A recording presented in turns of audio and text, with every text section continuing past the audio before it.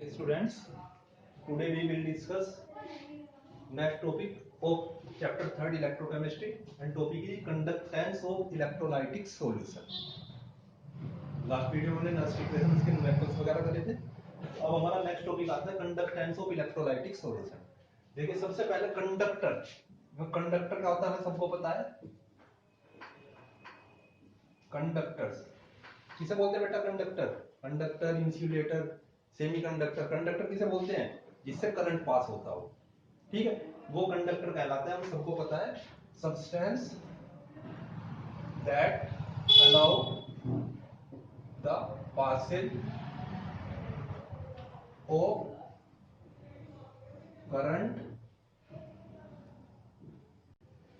Current through themself. तो इन्हें क्या बोलते हैं? हम कंडक्टर्स बोलते हैं, जिससे करंट पास होता है। और कंडक्टर्स को दो पार्ट में डिवाइड किया गया बेटा। कंडक्टर टू टाइप के होते हैं, कौन कौन से? एक मेटेलिक कंडक्टर,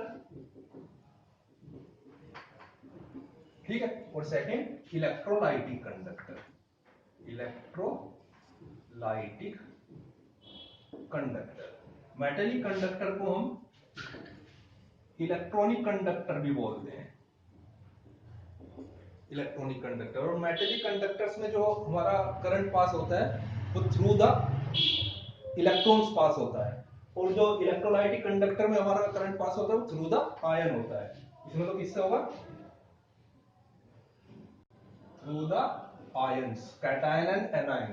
और इसमें किससे होता है बेटा? थ्रू द इलेक्ट्रॉन्स,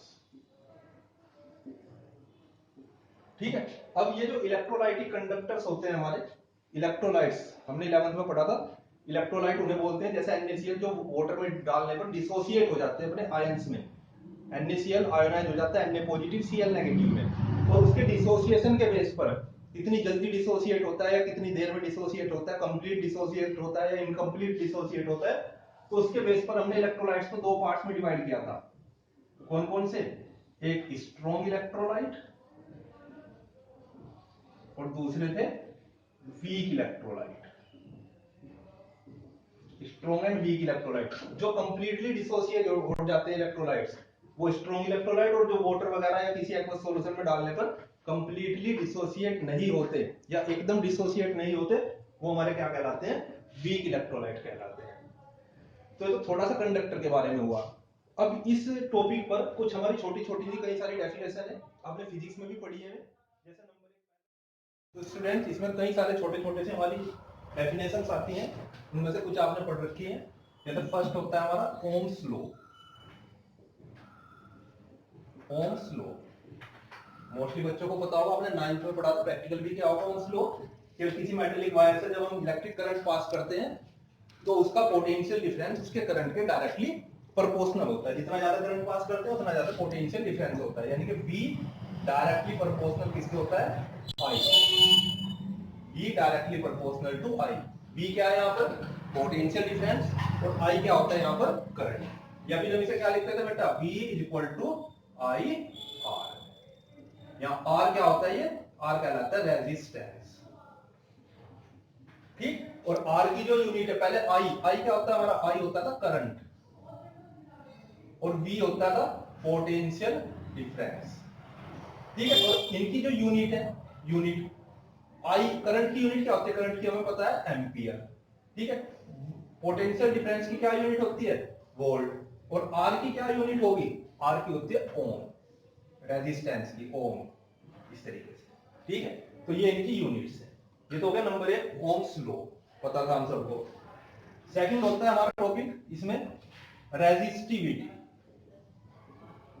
रेजिस्टिविटी किससे डिनोट करते हैं रेजिस्टिविटी को? थोड़ा सा इस तरीके से, जब बोलते हैं बेटा रो, RHO, रो। तो रेजिस्टिविटी क्या होता है? जो हमारा रेजिस्टेंस है R डायरेक्टली प्रोपोर्शनल तो होता है L के, L लेंथ ऑफ वायर, और इनवर्सली प्रोपोर्शनल होता है किसके? एरिया ऑफ क्रॉस सेक्शन के। एरिया ऑफ क्रॉस सेक्शन है, L हमारी लेंथ होती है। R directly proportional to L and inversely proportional to area of cross section, equation 1 equation 2, तो फ्रॉम इक्वेशन 1 एंड 2 क्या हो जाएगा, क्या हो जाएगा, R directly proportional to l upon a, या इसकी जगह हम लिखते हैं R equal to rho L upon, ये जो रो है, ये रो हमारा जो है ये रेजिस्टिविटी कहलाता है, रेजिस्टिविटी, ठीक है। और रेजिस्टिविटी को हम स्पेसिफिक, इसे हम स्पेसिफिक रेजिस्टेंस भी बोलते हैं,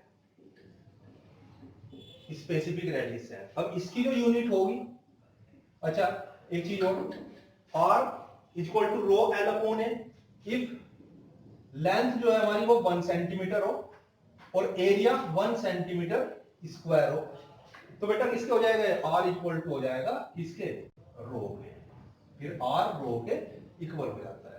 और इसकी यूनिट, अब इसकी यूनिट क्या आएगी, देखिए आर इक्वल टू इसके, तो रो इक्वल टू क्या हो जाएगा, रो इक्वल टू हो जाएगा हमारा आर ए अपॉन एल, या रो इक्वल टू, आर की यूनिट क्या थी, आर की ओम,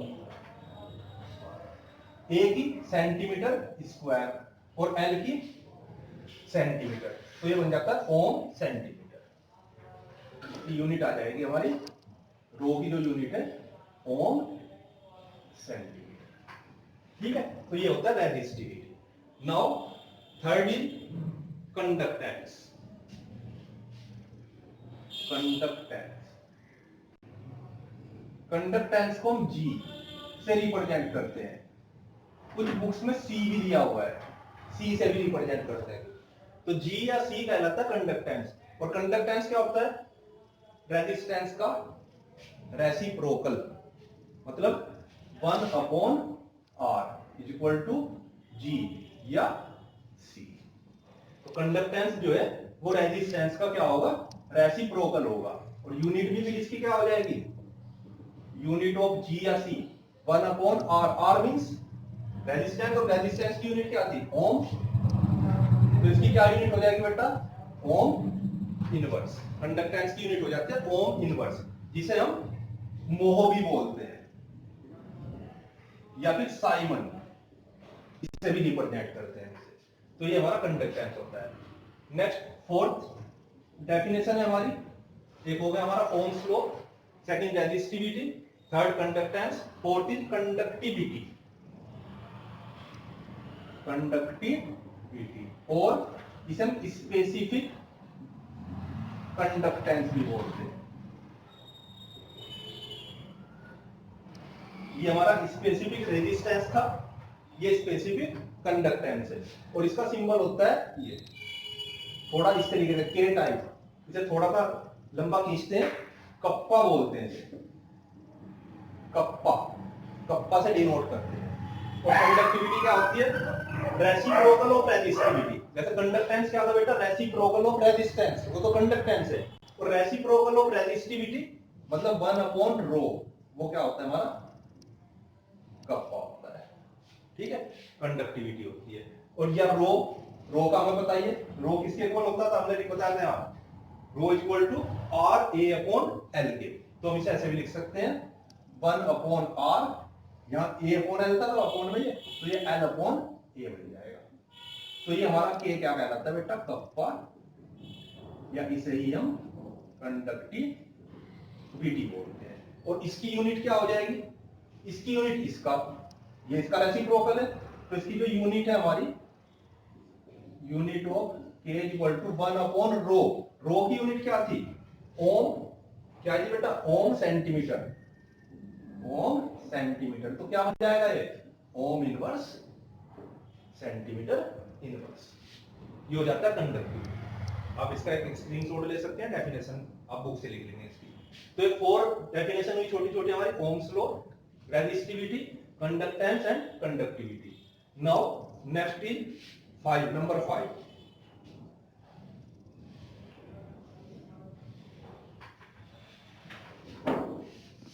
मोलर कंडक्टिविटी।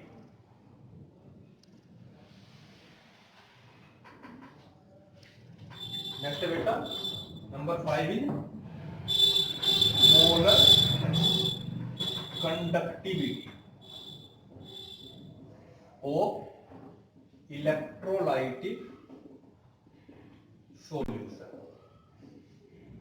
और इधर मोलर कंडक्टिविटी को डेल्टा एम या इस तरीके से भी रिप्रेजेंट करते हैं, डेल्टा एम से रिप्रेजेंट करते हैं। और जो मोलर कंडक्टिविटी होता है, मोलर कंडक्टिविटी की डेफिनेशन होती है कि हमारा 1 लीटर सॉल्यूशन, इसमें किसी इलेक्ट्रोलाइट का 1 मोल डिसॉल्व जब हम करते हैं तो ये कितने आयन प्रोड्यूस करता है, ठीक है? तो वो हमारा मोलर कंडक्टिविटी कहलाता है। तो मोलर कंडक्टिविटी और आपकी मोलर कंडक्टिविटी में और कंडक्टिविटी में रिलेशन होता है। Molar conductivity is equal to conductivity kappa और into we.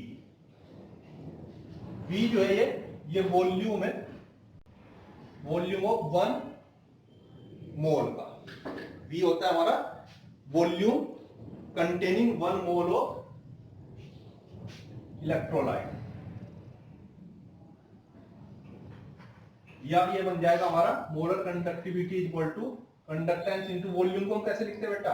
1000 upon C concentration, और कंसंट्रेशन मोलर कंडक्टिविटी में मोलैरिटी में ली जाती है, तो 1000 अपॉन एम। इसको बहुत सारे आपके न्यूमेरिकल आते हैं। और इसकी जो यूनिट होगी, यूनिट ऑफ मोलर कंडक्टिविटी, इसकी यूनिट होती है ओम इनवर्स सेंटीमीटर स्क्वायर और मोल इनवर्स, या हम इसे ऐसे भी कह सकते हैं ओम की जगह मोह या Simon, centimetre square mole inverse कह लो, या मोह inverse centimetre square mole inverse. Same इसी तरीके से एक और है लास्ट हमारा नंबर 6।